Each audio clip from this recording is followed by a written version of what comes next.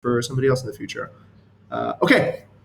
All right, let's start this off. So, Tendi, you and I were talking about some subjects yesterday. Could you tell us what you're looking to explore and how you want to develop your leadership? Okay, thank you, sir. Yeah, I think I would like to know deeply about the Eisenhower. So the Eisenhower matrix. Oh, Eisenhower matrix, right? Yeah, to deep more. Okay, all right, that's a great topic. Let's go to Raphael. Raphael, do you know who Eisenhower was? I have heard of him, but I don't. I'm not familiar with him. Okay, so there's an Eisen matrix. Eisenhower was one of the great military commanders in United States history.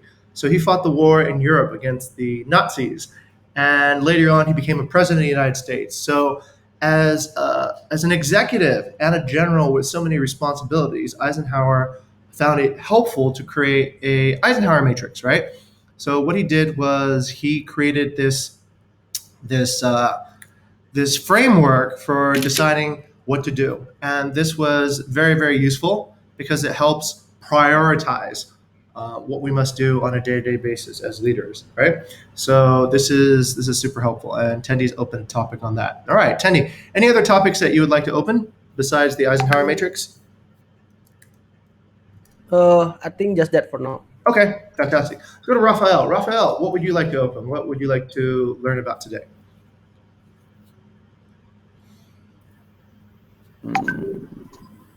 I wasn't actually prepared to do this. This is something different. But all right. How about this? I want to talk a bit about the YouTube channel for Bukit Vista. Oh, okay, YouTube channel. All right, this is fantastic. All right, this is a good topic because Tendi is also working on the YouTube channel as well. What specifically, Raphael, would you like to know about the YouTube channel? A lot actually. But also, I guess I just have a few questions about it. Okay, let's split up YouTube into two parts, right? So remember, everything is related to communication. Let me sort of bring up the bigger picture here. Most of what we do at Bukit Vista in terms of reference, you can use these two charts as a good reference point. All right. One is the leadership mission, and the second is communication strategy. So much of what we do follows these particular pathways. So I'll integrate this into what we're discussing right now. So when we think about, let's say, a YouTube channel is under the umbrella of a communication strategy. It relates to how we want to communicate. So it's actually a simple thing, like we're communicating right now through whereby we're all colleagues and we're talking about leadership right now, and the time is in the morning. And that maybe is the best time to have this kind of conversation. But depending upon your audience, depending upon what you want to express, you might need to change the variables of each particular component. You might need to look for the right audience. You might need to craft the right message for that audience, find the right timing, and then find the correct channel to do that. So what is the correct channel? The correct channel, it depends, sir. So let's just say, for example, Tendi. Tendi works as a community manager, and let's ask Tendi. Tendi, what is the best channel to talk to our property partners for fast, sort of spontaneous type communication? For party partner, it's WhatsApp is the fastest one. Right. Do you think that they would respond well on TikTok or, I don't know, or Snapchat? No. Okay. All right. Well, let's talk about maybe our employees, right? What channel besides WhatsApp do most of our employees engage daily on? Slack. Okay. Very good. Slack. Slack. What else? What else? What other private channels might they engage daily on? Trello can be. Google Calendar. Okay. Good. Good. Okay. These are all professional channels, gentlemen. So, what private channels might we find them? Like, what would they be maybe using outside of work on a daily basis besides WhatsApp, Tendi? Line. Channel. Okay, good. Rafael said Line. Okay, good. What about Instagram? Yeah. Okay. What Some about use. TikTok? Yeah. So these are yeah. This is important to remember. Even the same person might be available on a different channel for a different type of message, right? So if you're going to be sending love messages to, let's say, your colleague, probably better to do that through like an Instagram or a personal channel rather than through Slack or like Google Calendar or Trello, right?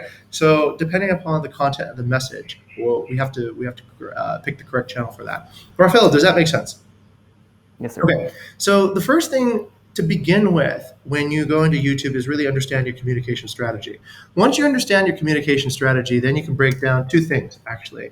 You can break it down into distribution and content. Okay. That's pretty much the two main focus areas of managing a YouTube channel correctly. You need to think about how do you want to distribute and what kind of content do you want to put on that, right? Distribution covers things like the channel, the audience, and of course the timing, right? And content covers the message. Okay. So when you organize like that, you can be much more strategic and much more purposeful in the way you lead. Now, if you don't want to lead, you don't need to think about all that because you can just work on, let's say, messaging or timing or one particular aspect. If you want to lead, you need to see the big picture, and this is where the big picture comes in. And the reason that's important and it's not trivial is because sometimes you need to innovate, you need to change.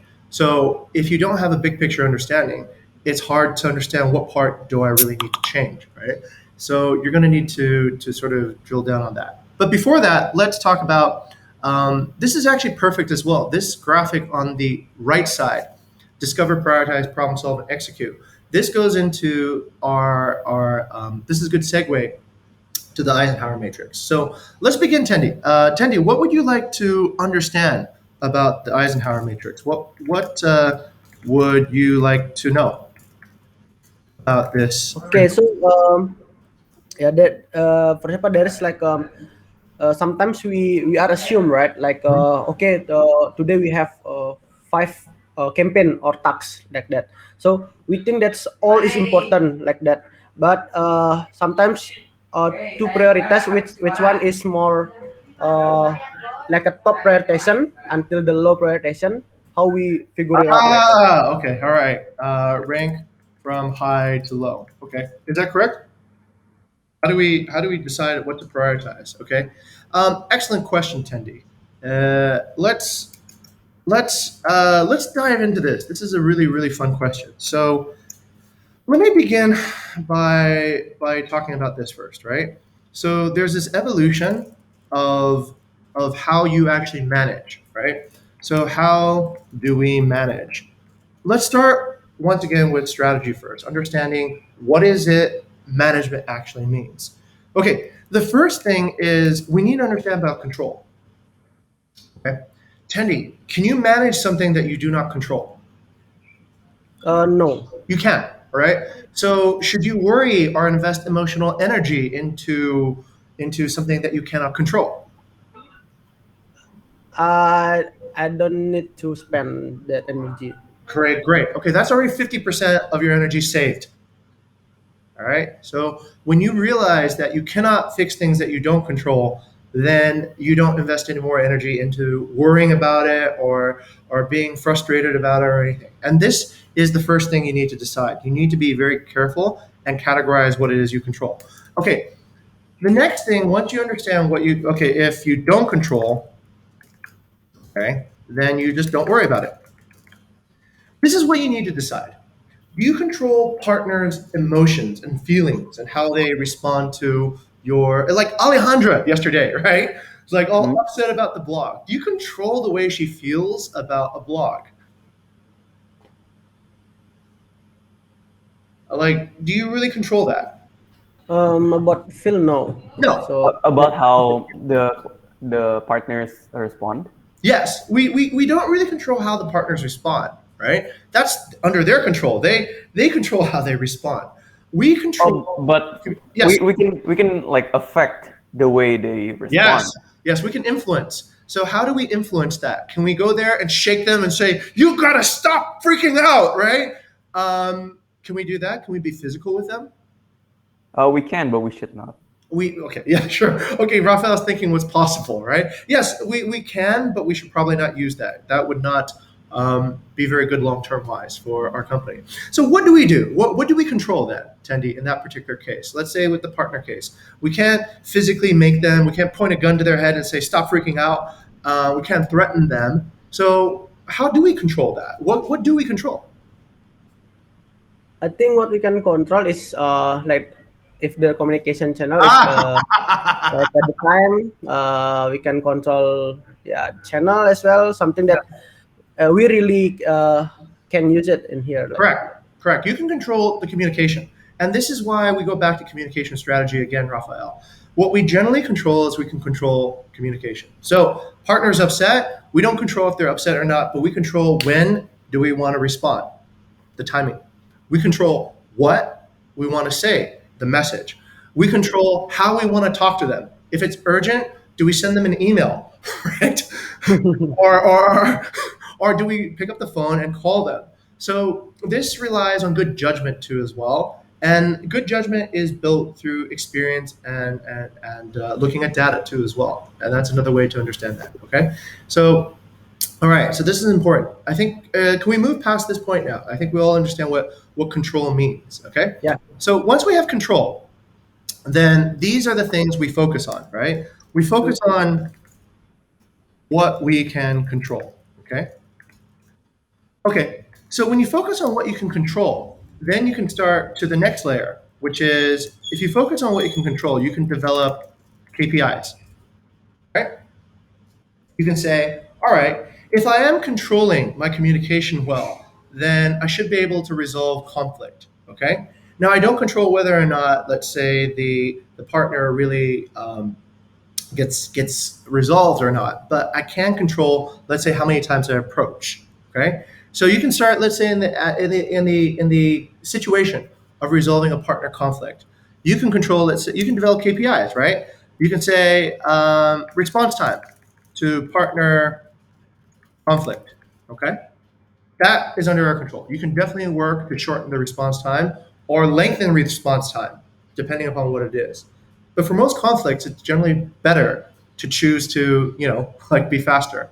You can control how many times use channel A versus channel B. Okay? Let's say partner conflicts. We know from experience that calling a partner when they're upset resolves a situation faster than texting them. Okay? So then we start recording. How many times do we call? How many times do we text? And then we can see what our balance is, right? Do we call more or do we text more? Yes, Tendi, you have a question. Okay, so I think I just come up with some experience. For example, like so for the KPI, we create the KPI from something that we can control, Yes. right? Because sometimes like this, we make the KPI for something that we can control. Yes. For example, like a number of partner response, Yes. like that. So, do you think that's we can control, or that should be Okay. All right. That's a great question, Tanya. That's a great question. This is where you yeah. need to see things as a process, right? You need to see control as a process, and this is where we talk about funnel management. Okay. So let's open up maybe a new discussion about that because that is something else. So let's say the end result. Okay.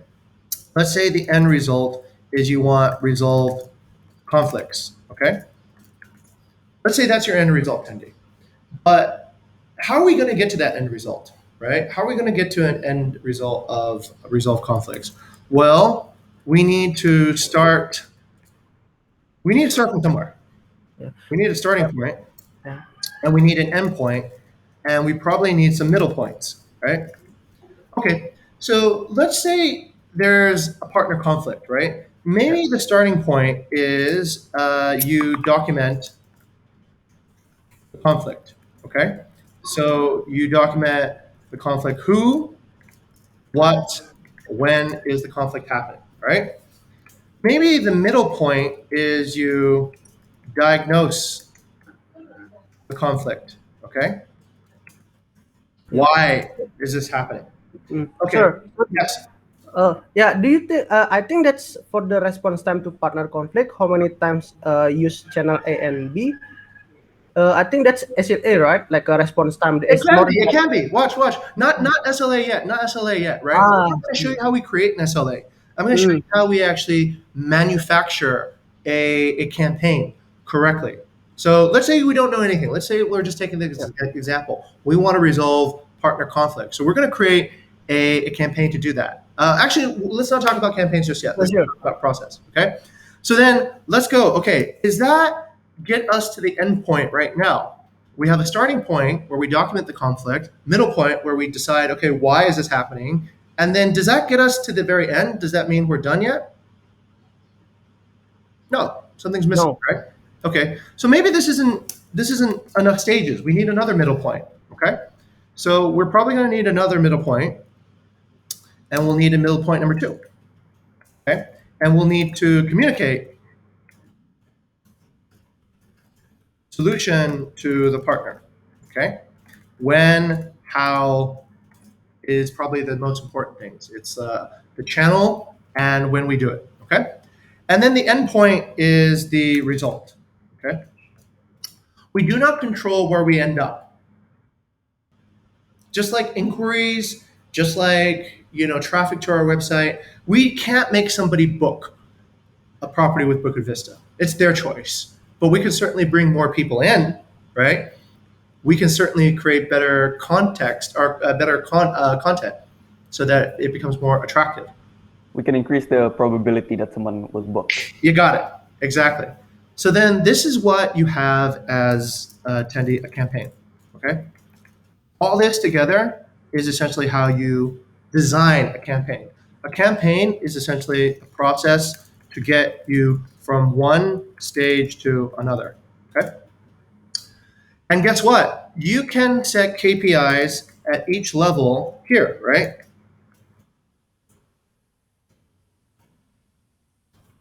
To see, all right, how many times did you document, how many conflicts did we have this month? 50. All right, how many times did we diagnose those conflicts? 50, hopefully, right? How many times did we communicate with them? 50, hopefully, right?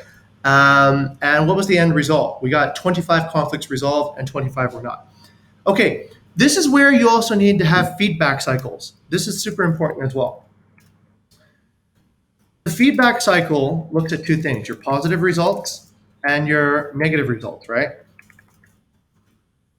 Let's say in that example, you had 50 conflicts, you had 50, so 50 of them were documented, 50 of them were diagnosed, all right? And then 50 of them were communicated and only 25 were resolved. So you need your positive results and you need to understand why, okay? Why are the ones succeeding? What is the thing in common with all your success cases? And you look at your negative results and also ask why. Why are the negative results turning out to be negative? Maybe you find out that, the communication is done really well because the partner, successfully completed the call, whatever, but the diagnosis was wrong. In the conversation, the partner saying, you don't understand what I'm talking about. You think it's A, but I think it's B. We had that situation just yesterday with Alejandra. So Alejandra is complaining about the blog, and I thought the blog was really well written. She did not. So then I go and I ask Alejandra, what do you not like about the blog? So she's telling me, she doesn't like the English, she doesn't like whatever. And I go, really? You don't like the English, so you don't think that this is well written? Yeah, I don't think this is well written. I was like, why? This is wrong, and this is wrong, and this was wrong. Oh, so you mean the facts are incorrect? Yeah, the facts are incorrect. Okay, so maybe that's not English is wrong. Maybe that's the reporting is wrong. Okay, all right. So I understand it a little bit better. So I could keep on going. And then she says, the blog talks about having windows, and I don't have any windows. And I looked at a picture of her villa, and there were windows. And I asked her, Alejandra, what is this? Right? And she's like, yeah, that's a window, but it's not what I mean, right? I was like, what do you mean?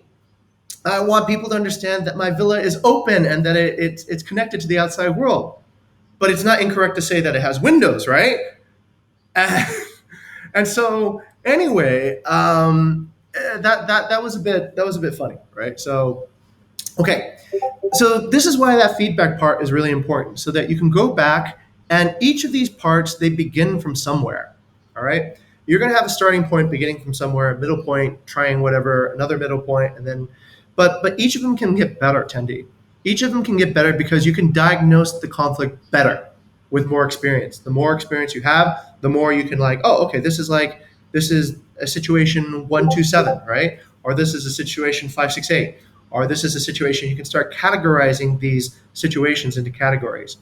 And once you have more experience, you can probably communicate better. You'll probably discover that certain channels work better than other channels. But you need the KPIs there.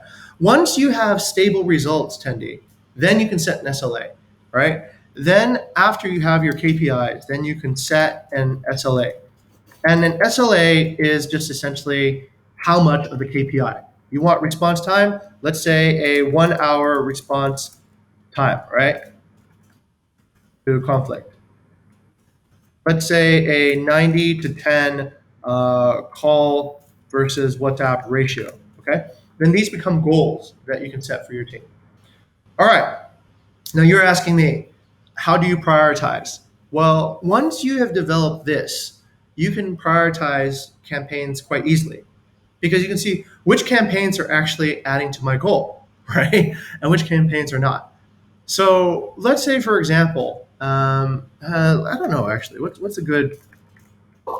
Okay, let's say you look at the BI Trello. This is a a board that we've been to many times, right? We can kind of look on, let's say it depends on what we want to prioritize, Tendi. It depends on what the goal is, okay? Let's say the goal is an upper funnel activity. Okay, let's say the goal is to get as much awareness as possible. Where do we want to get more awareness? Okay, we can take a look here, and on Airbnb, we get 3.2 million views. 3.2 million views. Okay, that's the number of awareness that we have. Let's go on Facebook. Facebook, we get, we really don't know how many views we get because we don't measure it, but we see that we've published 668 posts and 3,000 inquiries. Okay, so we can't even compare, but we can probably guess that Facebook is slightly less views than Airbnb, okay? So we basically look at all the category of views and we determine, all right, you know what? It seems like Airbnb is the winner here. If we want to focus on views, awareness, Airbnb is our best tool to do that. And we need to focus more using the Eisenhower matrix on this. It's important and we want to do it now, okay? But what if TikTok blows up, right? What if TikTok's going to be an amazing new platform where everybody goes and makes holiday rental bookings and nobody considers using Airbnb again? What if that happens? Well, okay, we need to ask ourselves, is TikTok important? Well, it might be important. It might not be important. So that's why we do need to do an experiment, Tendi. Right? The numbers will tell us if it's important. But in that particular case, we need to shift our focus. We need to shift our focus and once again think about strategy. Okay? We need to be in discovery mode now. So we know that, all right, TikTok might be huge. Is it going to be great? Well, we need to test, okay? How much energy do we want to budget for testing? That should be part of your regular sort of budget, for time budget, right? I would say never, just like when you spend money, you don't spend all your money and become broke. You spend, a bit and then you save a bit. I would say whatever you do, you should always save a budget for testing things out. Maybe you spend 80% of your time working on your main operations and then maybe save 20% on testing things out. Okay. So then you go, all right, I have a 20% testing budget. So 20% of an 40-hour week is something like, I don't know, it's like 8 hours. Okay. I think it's 8 hours. Yeah, it's about 8 hours. So I have 8 hours a week that I can spend testing out new ideas. Great. So let's test TikTok. Now let's go to Raphael. Raphael, if we're testing out TikTok, should we be testing out the overall awareness of TikTok versus Airbnb, or should we be testing something else to understand if this is important or not?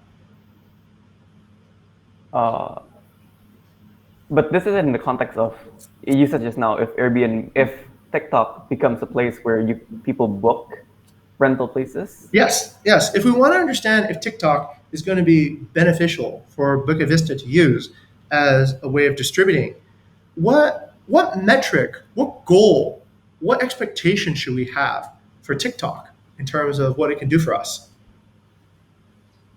It can certainly increase brand awareness if there's more people on a TikTok than And on brand Airbnb. awareness is measured by what?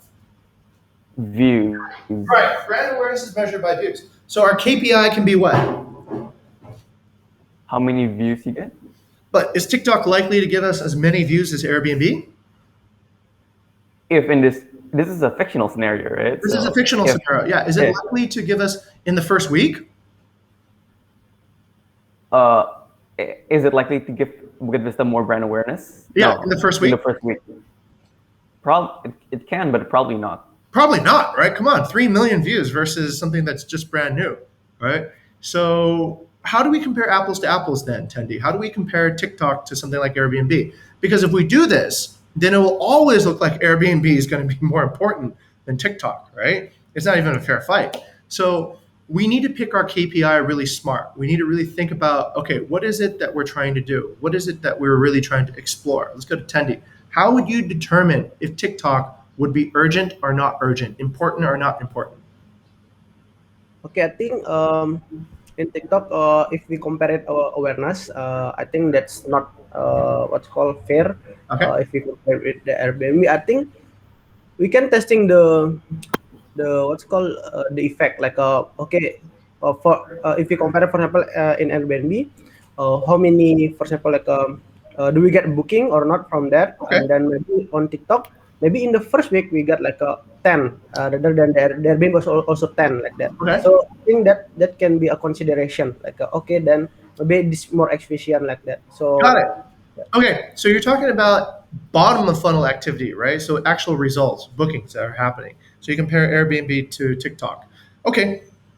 You're almost there, Tendi, right? You mentioned about week on week comparison. But what if we do this? What if we compare TikTok to itself? Okay. Let's say the first week on TikTok, you get 2 bookings. The next week on TikTok, you get 8 bookings. The next week on TikTok, you get 32 bookings. Now, what does that tell you about TikTok, Tendi? Should that be something we pay attention to? yes, that's because it's the process. It's growth like It's growing. every. So, Yeah. what KPI should we use, Raphael, in order to determine if a new platform is something we need to focus on or not focus on? The growth rate. Exactly, the growth rate.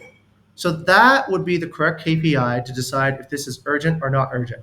If you see something growing really quickly, well, let's ask ourselves, did that inspire delight? Yeah. Is it a innovation that positively transforms people? Yeah, right.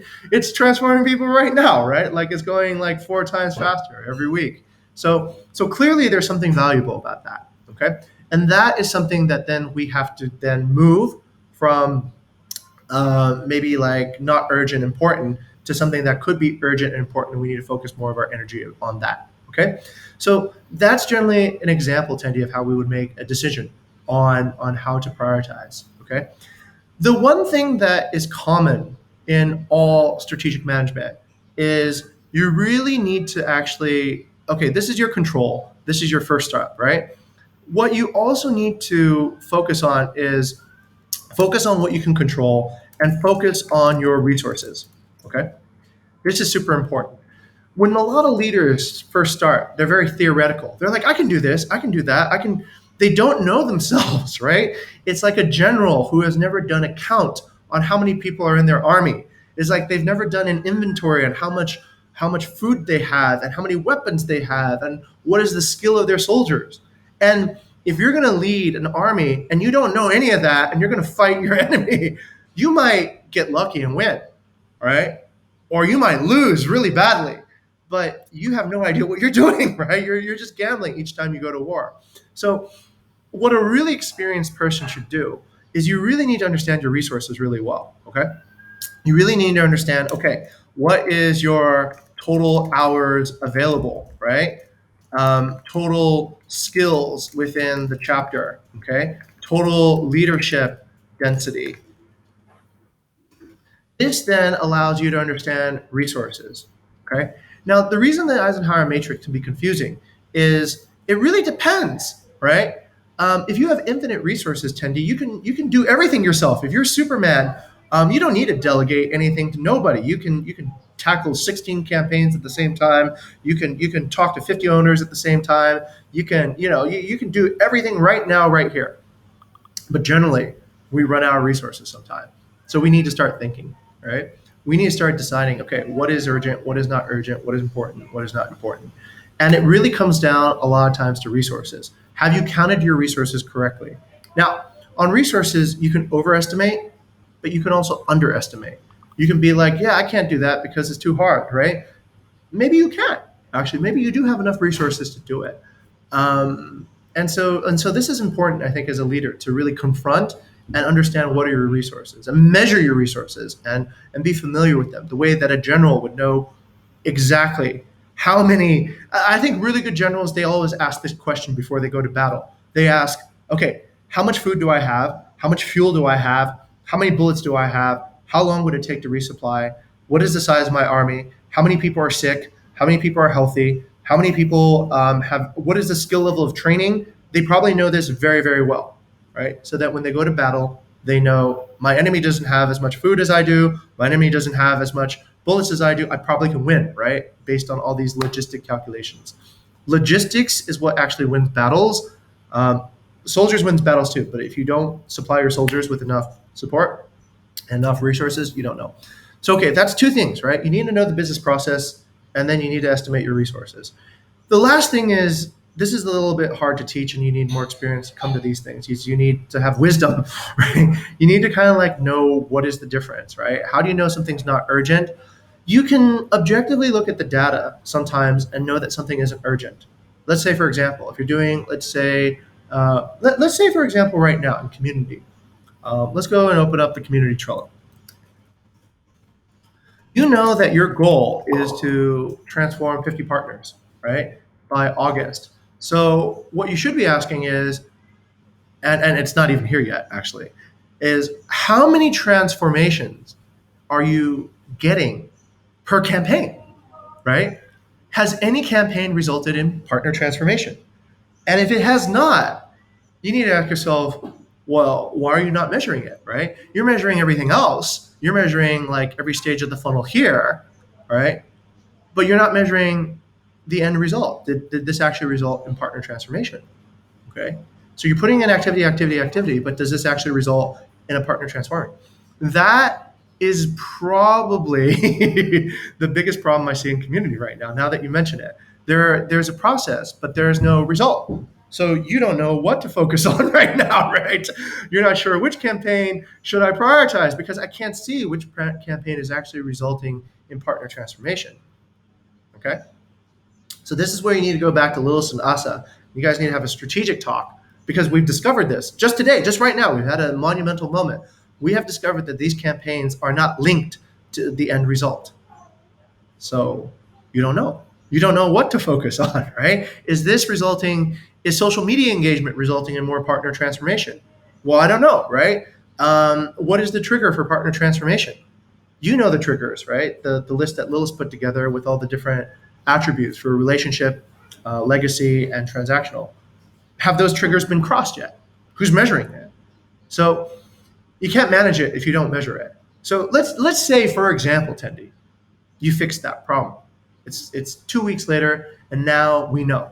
Now we know that, okay, you basically have 5 partners transformed from property quality control, 15 transformed from social media, 3 transformed from partner renewal and contract, 5 in CTalks, and 2 in partner satisfaction.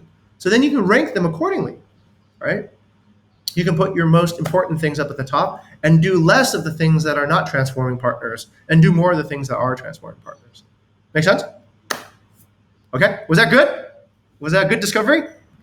Really good. Okay. All right. So yeah, that's a blind spot. Good thing we came together to talk about that because otherwise I think we might have gone on. So yeah, your chapter is not measuring the end result through the activity of campaigns. And you need to do that. You need to go and talk to your chapter and come back to me with the result. How long do you think that will take, Tendi? Actually, today we have the discussion, Great, management sir. So great. I Have will the put. discussion and get this fixed. Yeah, this is a big blind spot, a huge Yeah. blind spot. Yeah. So that's probably why you're asking about the Eisenhower matrix, because you can't see, right? You don't know what is urgent because, let's face it, right? Like it's not okay. Here's another thing I want you to understand, Tendi. I'll spend one more minute on this. Right now we have peacetime partner development. Okay. So we have peacetime. There are not a lot of fires. There's not a lot of like shit blowing up in our face like during really busy times. But during let's say it's 3 or 4 months from now, and we're getting 100 check-ins a day, 200 check-ins a day, like that, and everything is lit up on fire. You're going to have to actually think about this too. You're going to get urgent stuff that comes up ad hoc, but you're going to have urgent stuff that you need to still work on, right? Long-term plan, short-term things. Then you're going to really need to decide, all right, how you balance a chapter. Maybe some people are better at short-term stuff, like Rafik. Rafik is a firefighter. He loves working on like the daily fire, right? Like the daily crisis. Maybe other people like Sasha or Asa, maybe they're more long-term people. They're project people. They thrive in an environment where things are calm and they can build long-term solutions. Maybe you're somewhere in the middle. So perhaps you need to then separate two Eisenhower matrix, right? You need one matrix for urgent things that need to be done right now, and then one for more long-term things. Okay, so that's just to also give you some more context about that. Okay, great. Are you satisfied with this discussion that we've had about how to learn and develop and strategically utilize the Eisenhower matrix to do prioritization? Yes, sir. Of course. So yeah, it's. I think I got how to prioritize better, like how to find that to rank it, like everything. Okay, great. You can always watch this video again if it's confusing, right? Okay, next, let's talk about a topic that both you gentlemen are very interested in, which is about YouTube optimization, okay? So let's go to Raphael. Raphael, which topic do you want to talk about first, content or distribution? I guess I would a little bit of both, because I want to ask first. Well, what's the goal of the main YouTube channel? I don't actually know Very that much. good, very good. What is the goal of the YouTube channel? All right. What is the goal of the YouTube channel? Excellent question. So good. Let's go to Tendi. Tendi, what is the goal of the YouTube channel? I think the goal is awareness, Okay, awareness for who? brand awareness For who? for depend. We are because we have two channels, so the for the potential partner, also for the potential employee, like. Okay, potential partners and potential employees. Okay, great. So let's use a prop for our discussion, right? So this can be awareness for potential. Rafael, have you seen this before? No, I have not. Okay, this is a marketing funnel. This is essentially the process by which marketing works. At some point, somebody becomes aware of us, they consider us, they convert, they become loyal to our brand, they become an advocate of our brand.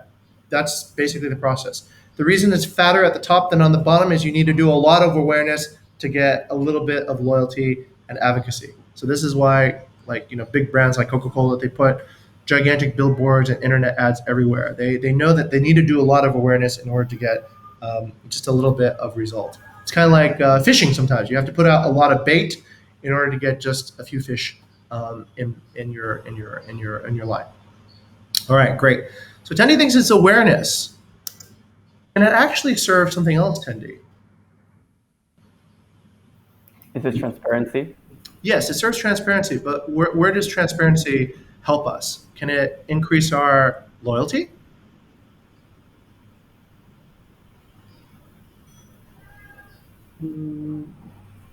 Loyalty.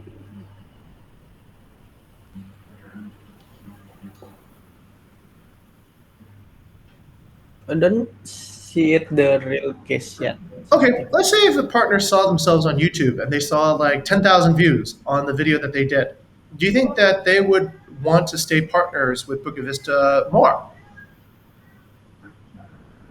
Hmm, 10,000 views. But we're not getting 10,000 views yet. We can. It's just a matter of putting advertising behind it, Rafael, right? If you put advertising about it. We put, I think, $100, and we got about 16,000 views on our main explainer video for what Bukit Vista does. It was very quick and very thorough, so you can actually do it. It just costs money. But it doesn't have to cost money, right? If we actually try to grow the channel. Okay, that's another discussion for advertising versus organic. But generally speaking, Rafael, advertising is 100 times more effective than organic. In terms of time, yes, you could probably get that organic reach if you kept on producing content over years, but you can get it today if you pay. Okay, let's go into this particular idea. Tendi, it's a question, right? It's not meant to be an answer. It's a question. So maybe useful for loyalty. Maybe, right? Let's say Komang. Let's say Pat Komang's video, you can show him next week, and he gets 10,000 views, right? Do you think Pat Komang will be like, wow, you're really good. I want to keep on working with Bukit Vista. Everybody knows about me and my video. It might happen, might not, right? It really depends on the person. But there's a potential for that, okay? Yeah. What about me? What about for advocacy? Is it useful for advocacy? Advocacy, yes. Yes, actually, that's not even a doubt. That is a fact, right? When Yeah. people see you with your partners, and your partners are engaging well with you, they're showing good body language, they're chilling out. That tells other potential new partners, "Hey, Bukit Vista might probably a good company to work with, right? Look, they're jamming." So immediately you have advocacy. When you think about the funnel, I want you to think about kind of like in a circle, right? What is good at the top should be good at the bottom too. What is good awareness should be good advocacy. What is good advocacy should be good awareness. Okay? So you already immediately have those two stages of the funnel. All right. So we don't need to question whether that's useful. Is it useful now, Rafael, for consideration? Does somebody watching a video of Bukit Vista coming and showing blah blah blah blah blah, talking to our host, talking to our partners, is that useful for consideration? Yes. Yes, it is useful for consideration because it allows a person to go, you know what, that guy looks just like me, right? And they're having a very natural, authentic engagement. So that's something I want to see. That's something I would want, right? I want Bukit Vista to interview me about my property, okay? And that's the kind of relationship I want to have with my manager, all right? So it's useful for consideration. Is it useful for conversion? Yes, can be. You Can can be, put okay. the link on the description. That's maybe, yeah, maybe for conversion. We have to have realistic expectations of our partners. Is it likely that they built a property, all done, $500,000 property, right? And they're gonna give it to you based on a YouTube video. If it's a really good video. If it's a really good video, maybe, right? Yeah. But don't you feel like they would still want to get to know you, like, talk to a real person, check you out, like feel like if you're really the real thing, maybe discuss about the terms, see if they can get a better commission rate, ask about like, what happens if people party in my property? Do you think that they'll just be so convinced that you're the right person that they will just say, sign me up right now? No. No. It's probably not a realistic expectation. Realistically, people that age probably still need to have a conversation. Would you give it to somebody just based on a video, right? Let's say you have a house that you spent 3 years building, you spent half a billion rupiahs in it, or maybe like, I don't know, maybe 5 billion rupiahs in it. Would you just give it to a stranger, right? You probably still need to. So it maybe isn't great for conversion, but it certainly stimulates you, Tendi, to think about the questions. Why not, right? Why? What is it that you don't know? Maybe that could be topics you cover in your videos. What happens if somebody parties in my villa? What happens if I don't get paid on time? Answering all those hard questions actually in a video format could get you closer to that conversion as well, okay? So it's not impossible, but it's very, very unlikely. And that's why we put question marks on them. Okay, so we know it can be useful for consideration, advocacy, and awareness for potential partners and potential employees. Now, this creates a lot of friction in our communication strategy, right? Because we have 2 audiences and we have 3 purposes, right? So that creates 6 different messages that we need to send in one particular channel. Is that correct? Yes. And multiplied by, do these audiences have the same timing? Do you believe that they have the same sort of, daily schedules where they engage in YouTube? No. No. Potential employees and potential partners probably do not sleep the same hours, work the same hours. They probably have very different behaviors. Okay. So then that's times 2 again. So you have 24 different combinations of messaging that you need to consider. Now, this is where we prioritize, Tendi. Is that something you want to do, or is that something you do not want to do? Yeah. I think that's want to do. No, you don't want to do that because that will exhaust your resources. Okay. You do want to think about 24 different types of message, Oh yeah. because you got to think of one message for one audience at one time and another message for another audience at another time on subject A, and then subject B and subject C. So this gets very confusing. It's not focused. It's not focused. And that makes the YouTube channel kind of not focused too. Yeah. So you need to commit. You need to say, all right, my YouTube channel is specifically for this. Okay. And it might be a hard decision. It might be like, you might need to explore a little bit more, Raphael, too, as well. You might need to research and see, can YouTube be optimized for 2 different audiences by creating better playlists? Can YouTube be optimized by doing, I don't know, right? Maybe by the content organization, you might be able to afford 2 different audiences, okay? But from the looks of it, it's probably no, okay? All right, so then what you need to do is you need to consider removing one. So do you want to remove partners and employees? Employees. Right, employees. You need to consider removing employees, all right? And that's good. You might feel like you're losing something, but what you're gaining is you're gaining focus. Now you have more focus for partners, okay? So that's a good thing. Now, you need to think more, what specific thing are you targeting? Do you want more awareness? Do you want awareness and advocacy are neighbors, okay? So these are neighbors, so these could be actually the same thing. Awareness could be a form of advocacy, and advocacy could be a form of awareness, right? So these are kind of like in the same. But consideration is a little bit further away. Actually, you might be able to get away with it. You might be able to get away with it because they're adjacent to each other, right? So you might be able to get away with it like this. Let me do this, right? Awareness is adjacent to advocacy, and awareness is also adjacent to consideration. So awareness sort of has a double boundary, if that makes sense. I don't know if you guys can see what I just did there, but this means that essentially the brackets belong to one group, and then the parentheses belong to the same group. You might be able to get away with it because they're all adjacent to each other. Okay. All right. So then what you need to start going into is let's break these down. Once we have a goal, then what are the measurements for success in this goal? Okay. So what is the measurement of success for awareness? What is the measurement of success for consideration? What is the measurement of success for advocacy? Okay. So you need to determine what your KPIs are. KPIs in the front are pretty simple. This could just be impressions. Yeah. Okay. Consideration could be the clicks, CTA clicks, right? How many clicks did you get on the bottom of the video when you redirected them to our website, right? Okay, makes sense. So if they click on the link below to find out how you can be a Bukit Vista partner, right? Actually, you don't say that yet, right? Because that's not part of your strategy yet, right? To turn it into consideration.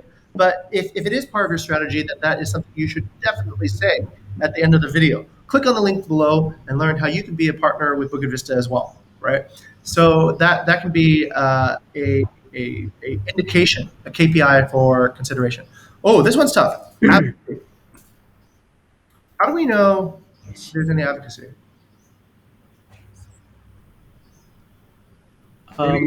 Shares? Yeah. How many? Yeah. Can we even track shares? The amount of shares? We cannot. We can't really track. Maybe we can track YouTube traffic and see what the source comes from. And if the source comes from a backlink or another site, then we could track that. We could maybe track backlink traffic. If somebody shared it from their own Facebook, then we might be able to track that, but that's uncertain. Okay. Or maybe anytime there's a mention. Sometimes HAR people do that too, Tendi. They go and they say, "Oh yeah, this guest mentioned us here," right? So you could pull that kind of information together if you want and collect that. Okay. So okay, great question, Raphael. So we have a little bit more clear picture, at least in the top two parts, right? We know that we're looking for this, and we are still questioning. Sort of, let's put questions in sort of blue, right? We're still questioning what advocacy looks like. It's not, like I said in the very beginning, it's not bad to not have, it's not bad not to have the answer. At least we have the question now. We need to ask ourselves, what is advocacy, and how do we engage that? We don't know, but I'm sure we can look on the internet and we can find out the answer. Okay. Yeah. All right. So very good question. Once we have a goal, Raphael, then what's the next step? How do we get to the goal? No, we need to refine the goal. We need to refine the goal. Is this goal smart yet, Fendi? Sir? Is this goal a smart goal? Yes. No, it is not a smart goal. No, it's not, because it's not even a goal yet. These are just KPIs, right? These are just KPIs. They don't have anything, right? So actually, I don't even know if we can measure. I think. Wait, let me double check on YouTube. Can we measure impressions on YouTube? Is it possible to even measure the views? We can measure views, but can we measure impressions? Many owners of short-term properties worldwide will face a difficult choice when reopening their properties. Video hundreds of times already. Hey, we got a new subscriber. Good. Okay. All right. Good stuff. Let's take a look at the analytics and see, are we able to see, okay, we can see views. We can't see impressions. Let's take a look at one of our, wait, not this video. This video is old. Let's take a look at your newest video, which by the way is doing very well, Tendi. This one's rising faster than the previous video. All right. We can see average view duration. We can see the reach. Okay. Yeah, we can see the impressions. Okay. Oh, yeah. All right.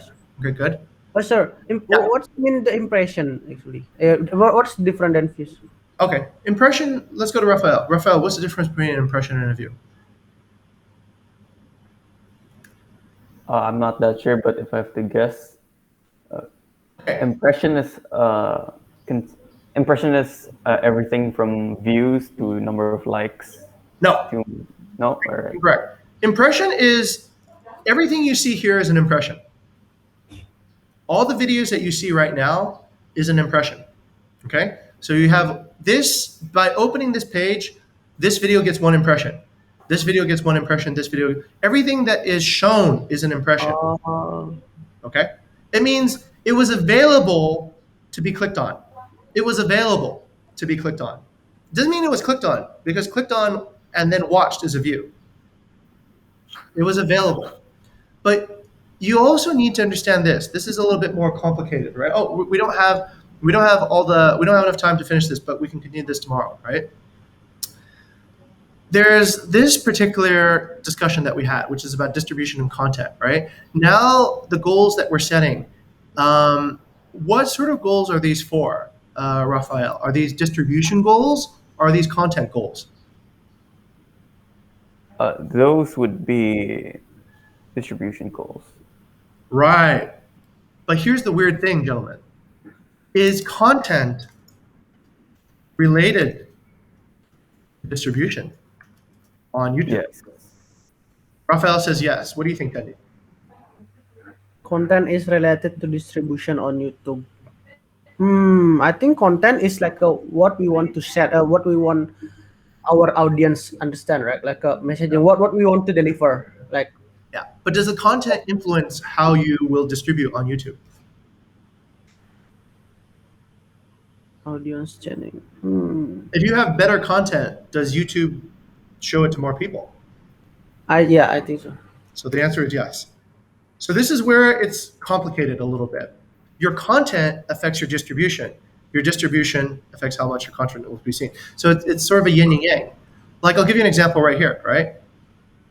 Do you believe, Tendi, that if a higher percentage of your video is viewed, that YouTube will show it to more people. Yes. Right. So I you get think 80% of your video viewed. Do you believe that will increase the number of impressions that you get? yes. Correct. Okay, correct. If you can move this number, then you can move the The top impression. number. Right. So what's interesting about this is this now, okay? Engagement drives awareness. Engagement drives awareness. Advocacy drives awareness. The bottom of the funnel drives the top of the funnel. Does that make sense, gentlemen? So when we look at a marketing funnel normally, it flows from top to bottom. But the way that YouTube, Facebook, Instagram, all the social media platforms work is that it doesn't just flow one way, it flows both ways. So the more conversion you have, the more awareness you get. The more consideration you have, the more awareness you get. The more loyalty you have, the more awareness you get. So by focusing on every stage, you're actually focusing on the top again. Does that make sense? So normally, how do I get awareness? Well, I need to do more awareness activity. I need to show more people the video. I need to go around and convince people to watch. But you don't need to do that. What you need to do is you need to think about how do I get people to engage more? Okay, so if you want awareness now, what should you consider in terms of a content? Tendi, how would you direct your content to get more awareness? The engagement so Engagement. on the video. Right, of the video. And Rafael, how do we measure engagement of a video? Watch time. Watch time, right? And percentage of watch, right? And low dip rates, right? Tendi? So we understand what a dip is now, right? Yes. Great. So can you affect awareness? Yes. You can create better content and you'll get better awareness. YouTube will continue propagating your video out if it sees that people really engage with your video. Can you get more clicks and more views? Yes. You need to think about what gets you more views, just like Airbnb.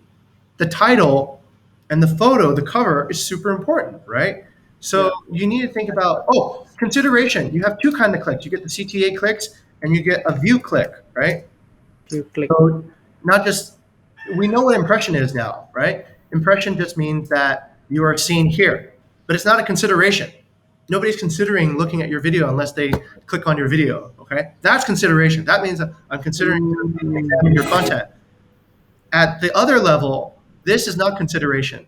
By scrolling past your video, that's not consideration, right? Scrolling past Changgu in 20, hey, that's interesting. Okay, I'm considering that. So I click on it. Around Chang. Right?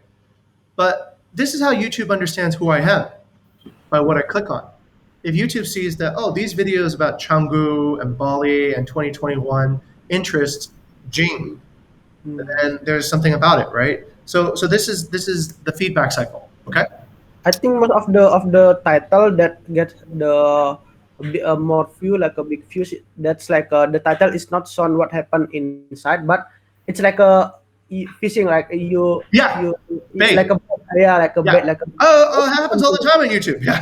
Okay, I think we can improve because our title mostly like we shown already happened in the video. This happened in video like that. Yeah. Look at these deep house chill albums, right? There's always this beautiful girl on it. There's always like some really hot, whatever. But when you click on it, where's the hot girl? Right? Where is she? She's here. She's not there. Here again, right? Okay, there she is. Okay, this one at least delivered its promise, right? But there's a lot of these cases where okay, at least this one delivers its promise. But you don't want to also have bounce, Tendi. You need to be careful. You don't want to attract somebody for one reason. And I don't know if there's an Indonesian expression for that, but in Chinese, we call that 挂羊头卖狗肉. That means you hang the head of a sheep, but you sell dog meat, which is basically bait and switch, right? You're promising one thing and you're delivering another.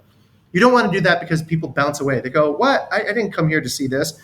This isn't what and that affects your your click-through rate and conversion, and it also reduces your good signals. Okay, so what you need to think about is this: you can affect awareness. You can affect brand awareness by doing a really good job at consideration, making sure that people click on your videos, right?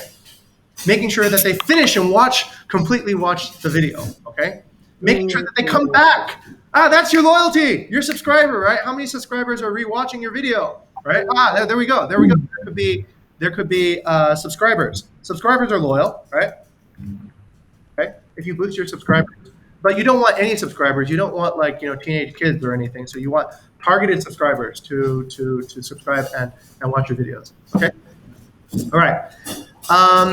That's a little bit about YouTube. We can talk more about this on Slack. We can talk more about this everywhere. But yeah, this is a beginning. Okay, gentlemen, we're out of